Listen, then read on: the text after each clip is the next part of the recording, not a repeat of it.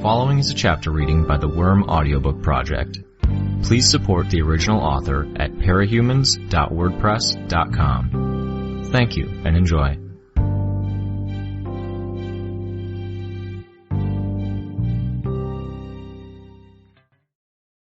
Arc 6, Chapter 3.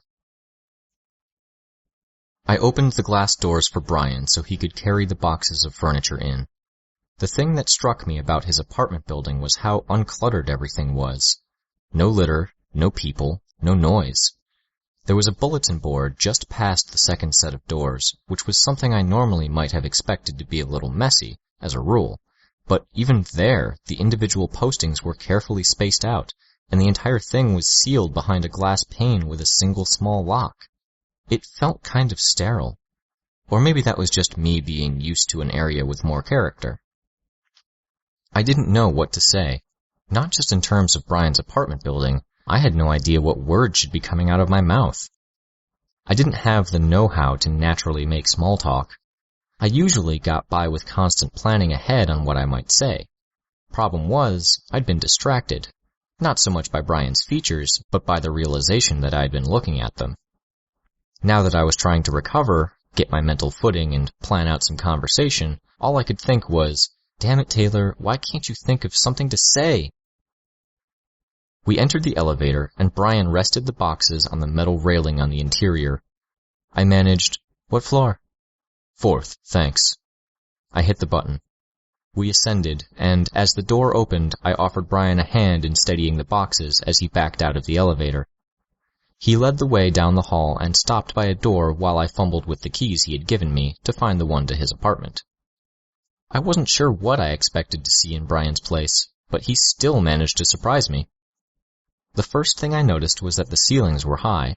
The apartment was virtually 2 stories, a fairly open concept with few walls. The kitchen was to our left as we walked in, smallish, separated from the living room by a bar/kitchen counter. To our right was the hall closet and the walls encompassing the bathroom and one of the bedrooms. Directly in front of us was the spacious living room, backed by a floor-to-ceiling window and a glass door leading out onto a stone balcony. A set of stairs led up to a bedroom set above and on top of the bathroom and first bedroom. I figured that was where Brian slept, going by the not disheveled but not quite made bed that was in view from where I stood. What threw me, I think, was how mellow the place was. There were 2 bookshelves, light gray in color, in the living room. On the shelves, I saw, there was a mix of novels, plants, and older books with cracked and frayed leather spines. The fronds of some of the plants draped down over the shelves below. The couch and accompanying chair were a pale tan corduroy, oversized with cushions thick and deep enough they looked like you could get lost in them. I could totally imagine curling up in that armchair with my legs tucked in beside me, a book in my hands. Somehow I had been expecting aesthetics along the lines of chrome and black leather. Not that I associated Brian's personality or tastes with that sort of design, but it was what I might have thought a young bachelor might go for. Whether it was the softness of the colors, the little jar with stones, water, and bamboo on the kitchen counter, or the sepia-tone pictures of trees in the front hall, the place gave me a sense of ease. I felt a pang of envy, and it wasn't just because Brian's apartment was nice. I was getting a better sense of who he was, and how we were very different people in a respect. Brian grunted as he set the boxes down by the front closet. He pulled off his boots, and I took that as my cue to remove my shoes. "So I've already got one bit started," he told me, leading me into the living room, and I saw that there was a pile of light gray boards and an empty cardboard box leaning against the wall there. "Turns out it really needs a second set of hands. You want anything before we get started? You prefer tea to coffee, right? Or do you want a soda? Bite to eat?" "I'm fine," I smiled, taking off my sweater and putting it down on the kitchen counter. I'd promised Tattletale I would. Feeling very self-conscious with my belly showing, I tried to distract him with the task at hand. "Let's get started?"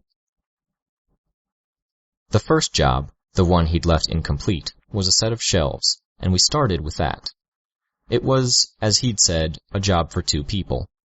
The shelves had 3 columns with 6 shelves each, and every part interlocked with the help of wooden pegs. It was impossible to press two pieces near the top together without ones near the bottom pulling apart, and vice versa, so we got into a rhythm where one of us would put pieces together while the other prevented everything else from coming apart. All in all, it took us 20 minutes or so. After we verified that everything was fitting together and lined up, Brian hauled the shelf off the floor and set it against the wall. "That's one," he smiled. "You sure you don't want a drink?" "What do you have?" "Here, I've got stuff in the fridge. Come and take your pick." I grabbed a cherry Coke. Brian grabbed a Coke, but mostly ignored it while he opened the next box, the square one that was nearly 4 feet across, and started laying out the individual pieces on the kitchen floor. A kitchen table with stools. As it turned out, the kitchen table was a tougher job than the shelving unit. The legs had to be held at precisely the right angle, or the bolts jammed in the holes, or forced the table leg out of position. Each time that happened, we wound up having to take the bolt out and start over. I wound up holding the first table leg steady while he screwed in the bolts at the base. Without glancing my way, he placed his hand over top mine to adjust the angle a fraction. The contact made me feel like someone had plucked a guitar string that ran from the top of my head down through the middle of my body. A deep thrum deep inside me that couldn't be heard, only felt. I was very glad for the long sleeves of my top as goosebumps prickled my arms. I found myself defaulting to my most basic defense, staying quiet, staying still, so I couldn't say or do anything stupid. Problem was, this made me very, very aware of the silence and lack of conversation. Brian probably hadn't given the quiet the briefest thought, but I found myself wondering what to say, wondering how to make small talk, or how to get a conversation going. It was agonizing. He moved in closer to get a better look as he put a nut on the bolt, and his arm pressed against my shoulder. Again, it prompted an almost elemental reaction from my body. Was this intentional? Was he signaling interest through casual physical contact? Or was I assigning meaning to something coincidental? "Nearly done," he murmured, adjusting his position to start screwing in the other bolt for the table leg. His arm wasn't pressing against my shoulder now, but the way he was crouching, his face was only a few inches from my own. Okay, that was worse. "Taylor, you think you can grab that smaller wrench without moving the leg?" I didn't trust myself to respond without making a funny noise, so I just reached for the little wrench and handed it to him. "That's faster, thanks," he replied after a second. "Want to grab me the nut?" I did, dropped it into his cupped hand rather than placing it there, worried about what I might do or how I'd react if my hand touched his. I wasn't going to survive the next 3 table legs like this, let alone the stools or the third piece of furniture we hadn't even started. "Taylor?" he asked. He let the question hang, so I swallowed and replied, "What?" "Relax. You're allowed to breathe." I laughed lightly at the realization I was holding my breath, which resulted in a nervous, chuckling exhalation that only added to the awkwardness I was feeling. He was smiling. "You okay?" What was I supposed to say? Admit I didn't know how to deal with being around a good-looking guy? I stared down at the ground, at the table leg I was holding. I get nervous when I'm close to people. I think, maybe I have bad breath, or maybe I have BO, and I wouldn't be able to tell because it's mine, so I hold my breath like that to be safe. I don't know. Bravo, Taylor. Bravo. I imagined the slowest, most sarcastic of slow claps. Talking about bad breath and BO was totally the way to go. One of those brilliant moments that would have had me cringing every time I remembered it in the next few years or decades, I was sure. Then, Brian leaned close, closing the scant inches of distance that separated us until our noses were practically touching. "Nope, you smell nice," he told me. If I'd been a cartoon character, I was pretty sure that was the point where I'd have steam shooting out of my ears, or I'd be melting into a puddle. Instead, I went with my first instinct once more and went very still. I became aware of a heat on my face that must have been a furious blushing. It would be hard to say whether it was a mercy or not, but Brian was distracted by the sound of a key in the lock and the opening of the front door. My first thought was that the girl who walked in was Brian's girlfriend. Then I saw her glance our way, smirk, and noted the similarity between her eyes and Brian's, his sister. My second thought, or my second response, really was hard to put into words. It's like you could look at a Mercedes and say that it was a beautiful work of art, even if you weren't someone who paid much attention to cars. Along similar lines, when you saw a Mercedes with a cheap flame decal pasted around the wheels and a tacky homemade spoiler stuck on the back, it was painful and disappointing on a fundamental level. That was what I felt looking at Aisha. She was beautiful, as feminine as Brian was masculine, with high cheekbones, a long neck, and even though she was 2 or 3 years younger than me, she already had breasts larger than mine. I could be convinced to chop off a finger for legs, a waist, and hips like hers. Damn, this family had good genes. You just needed one look at Aisha to know that she was going to be drop-dead gorgeous when she had finished growing up. All that said, though, she had a streak of hair bleached, and some of that bleached hair had been dyed into a stripe of purple. It was as though she had gone out of her way to look trashy, with ripped denim shorts over neon green fishnet leggings, and a strapless top I would hesitate to even call underwear.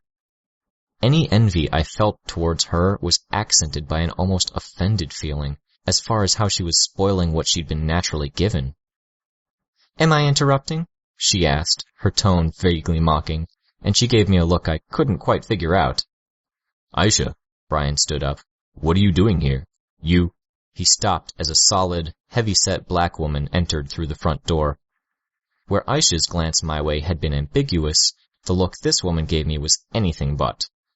Disapproval, dislike. I realized what I must look like. Slightly sweaty, on the floor amid pieces of furniture, stomach showing, practically glowing with a pink blush. I hurried to grab my sweatshirt and pull it on. "Mr. LeBorn," the heavy woman said, "I'm afraid I expected you to be more prepared, but it seems like you are in the middle of something." Brian shook his head. "Ma'am, Mrs. Henderson, I'm almost positive your office told me to expect you at 2 this afternoon." "That was the original time. Aisha told me you wanted to reschedule." Mrs. Henderson trailed off and gave Aisha a hard look. Aisha smiled, shrugged, and hopped up so she was sitting on the end of the kitchen counter. "What? There's a movie I want to see this afternoon with my friends." "If you'd asked, I might have said yes," Brian told her. "Now, I'm probably going to say no." "Not your call, bro. I'm not living with you yet." She raised a double set of middle fingers his way. Brian looked like he was going to say something else, but then he stopped himself. He sighed, then turned his attention to Aisha's caseworker. "I'm sorry about this." She frowned. "Me too. I should have called to check, given Aisha's history of bending the truth." She looked at her notebook and turned a page. "If you'd like to reschedule, I'm afraid I've already filled the afternoon slot, but perhaps this weekend?" Brian gave Aisha an annoyed look. "Since you're already here, if you're willing to look past the furniture we haven't finished putting together, we could do it now." "If you're sure. What about your companion?" She glanced at me. My blush probably hadn't gone away, and I suspect I blushed a little harder at suddenly being put in the middle of an awkward situation. Probably didn't help banish any wrong impressions she'd picked up. "She's a friend. She was helping me out. Taylor, I'm not sure how long this will be. I don't want to waste your time, but I'd feel bad if you left so soon after coming all the way here. If you want to stick around and take it easy, I could give you a ride back after." Every socially awkward part of my brain itched to take the offered escape route, make my exit, cool off. It was hard to say why I didn't. "I'll stay, if I won't be in the way. No plans for the afternoon." When Brian smiled, I realized why I hadn't jumped on the chance to leave. The woman gave me another close examination. She asked me, "Are you in his online class?" I shook my head. "No, you looked a little young for it." She challenged me. "Why aren't you in school?" I hesitated. Stick as close to the truth as possible. "I was caught at the edge of one of the bomb blasts, got a concussion. I'm missing classes until I'm totally better." "I see. I'm sure that assembling furniture is what the doctor intended when he told you to rest and recuperate." I smiled awkwardly and shrugged. Man, I was really hoping I wasn't tanking this thing for Brian. "So," Brian spoke to Mrs. Henderson, "you wanted to look my place over and see the space I set aside for Aisha? I guess this is a chance for you to check out a place before the family has scrambled to sweep everything under the rug." A non-committal response. Let's step onto the balcony and you can tell me about the area and the nearby schools. Brian led the way and held the door for the caseworker. It swung shut behind him, leaving me with Aisha, who was still sitting on the kitchen counter. I gave her a small smile and received a cool, penetrating stare in return. Uncomfortable, I turned my attention to the table and tried to see what I could do on my own with the second leg. So, you're on my brother's team? What? I was proud of myself when I barely missed a beat. Team? I know he boxes, or boxed at least, but... She gave me a funny look. You're going to play dumb, huh? I'm not following, sorry. Right. She leaned back and kicked her legs a bit. I turned my focus back to the table leg. I didn't get very far before she interrupted me again. Look, I know you're on his team. Process of elimination. You have to be the bug girl. I shook my head, as much to deny it as in exasperation. What the hell, Brian? He told me that he had powers, didn't say what they were. Since he has powers, he thinks there's a chance I could get him too. Didn't want me to be surprised. I figured out who he was after that, saw something about some villains robbing a casino on a night he wasn't at home, started keeping track of times he wasn't available and it kept matching up. Called him on it and he didn't do a very good job of denying it. Hoping to throw her off balance, I put the most convincing wide-eyed expression of shock on my face that I could manage. You're saying your brother's a supervillain? She blinked twice, then said, slowly, like she was talking to someone with a mental handicap, Yeah, and I'm saying you are too. Why else would my brother be hanging out with you? Ouch, that stung. I was spared having to come up with a response and keep the charade going when Brian and the caseworker came back from the balcony. The caseworker was saying, hesitant with the waiting list. She's in the territory and she'd be entering the school at the same time as the rest of the grade 9 students, Brian replied, giving Aisha the evil eye. And it would mean separating her from the bad influences around where she's living now. Aisha gave him the finger again. The caseworker replied, glancing from Aisha to him. I'd like to see your bedroom next. Mine? Not Aisha's? Please. Brian led the caseworker up the stairs to his bedroom, which overlooked the rest of the apartment. Maybe I should see how you react if I shouted aloud, Aisha suggested. She played up an accent. What do you call yourself again? I rolled my eyes. Not saying, whatever. Hands cupped around her mouth as though she were shouting, she mock-shouted at a volume barely above regular speech. Ladybug and Gru in the house. I glanced upstairs, hoping that Brian and the caseworker weren't in earshot. The murmur of conversation up there didn't seem to have been interrupted by what Aisha had said. Seems like you'd be in a lose-lose situation broadcasting it like that, I replied. Either you're right and you tick off 2 people you really might want to avoid angering, or you're wrong and you look crazy. What if they already think I'm a little crazy, though? What do I have to lose? Can't say. I tightened the bolt, checking the chair leg, and found it solid as a rock. I moved on to the next one. What do you have to gain? Come on, she wheeled. Just admit it. My heart was pounding when Brian and the caseworker came down the stairs. Aisha, for her part, pasted a wide, fake grin on her face to greet them. Brian ushered the woman into the second bedroom, but didn't go inside with her. He stopped to look at me. Taylor, you don't need to do that on your own. It's all right, I said, glancing up at where Aisha was sitting on the countertop. I added, it's a nice distraction. Sorry, I think we'll be just another minute. It was, it turned out. The caseworker exited Aisha's bedroom to be and glanced through the bathroom, then investigated the cupboards and fridge. Mrs. Henderson spoke to Aisha. I'd like you to step onto the balcony for a minute. Whatever. Aisha hopped down from the counter and headed outside. And, she said, turning to Brian, you might want your friend to step outside too. I don't really have anything to hide, he answered, glancing my way. All right. Let me start off by saying this is better than most. Thank you. But I have concerns. You could see Brian's expression change a fraction at that. I read the documents and plans you emailed me. You have a solid plan in mind for accounting, paying the bills, assisting with her education, possible extra expenses, clothing budget, even setting money aside for college. In many respects, this is the sort of situation I wish for, with most of my cases. But? But when I look at this place, I see that you've made it very much yours. The furniture, the decorations, the artwork, they seem to point to your personality, leaving very little room for Aisha's, even in the space you've set aside for her." Brian looked a little stunned at that. "I see." "Look, Mr. Leborn, we have to consider Aisha's perspective. She's a serial runaway. She clearly doesn't see your father's place as a home. Extra care should be given to ensure that she sees this as one, assuming she winds up here and not at her mother's." "My mother's." Brian's expression took on a more serious cast. "I'm aware of your concerns on the subject of Aisha's mother, Mr. Leborn." My cell phone buzzed once in my sweatshirt pocket. I ignored it. Brian sighed, sagging a little. "Is this fixable?" "Yes. Involve Aisha in the decoration. Be willing to compromise your tastes and aesthetics to allow her to feel like this is her space too," she said. "I know it won't be easy. Aisha is difficult sometimes, I'm sure we can both agree." I was beginning to gravitate towards that conclusion myself. "Yeah," Brian nodded. "So what's next?" "I'll be making a visit to her mother's home in a week and a half, if I'm remembering right. If you want to send me another email when you feel you've amended this minor problem and the small handful of things I pointed out during the inspection, I could arrange to stop by again."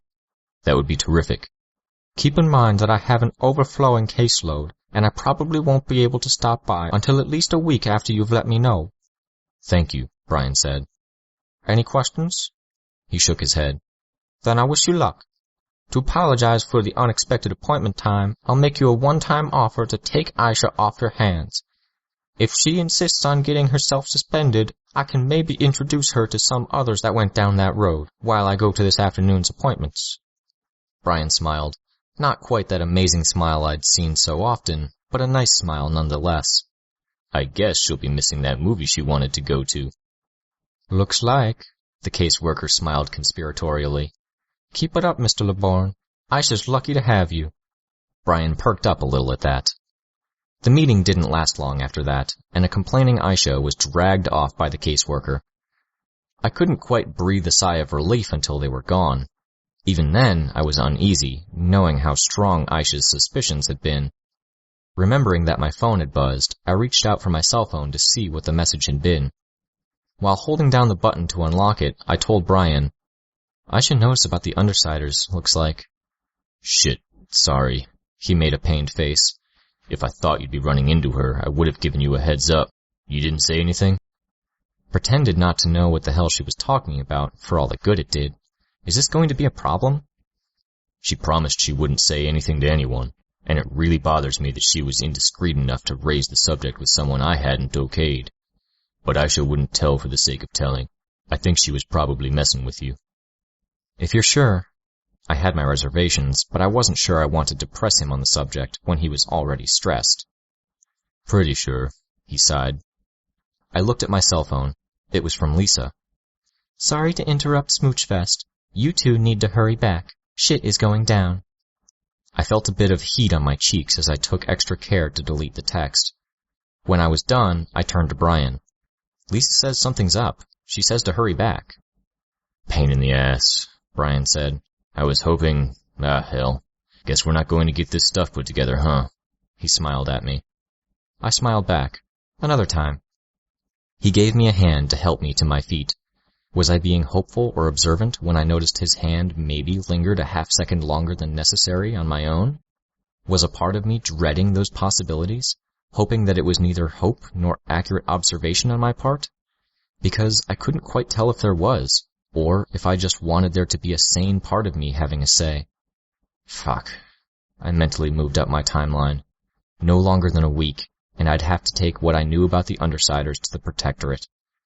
I wasn't sure I trusted myself for any longer than that.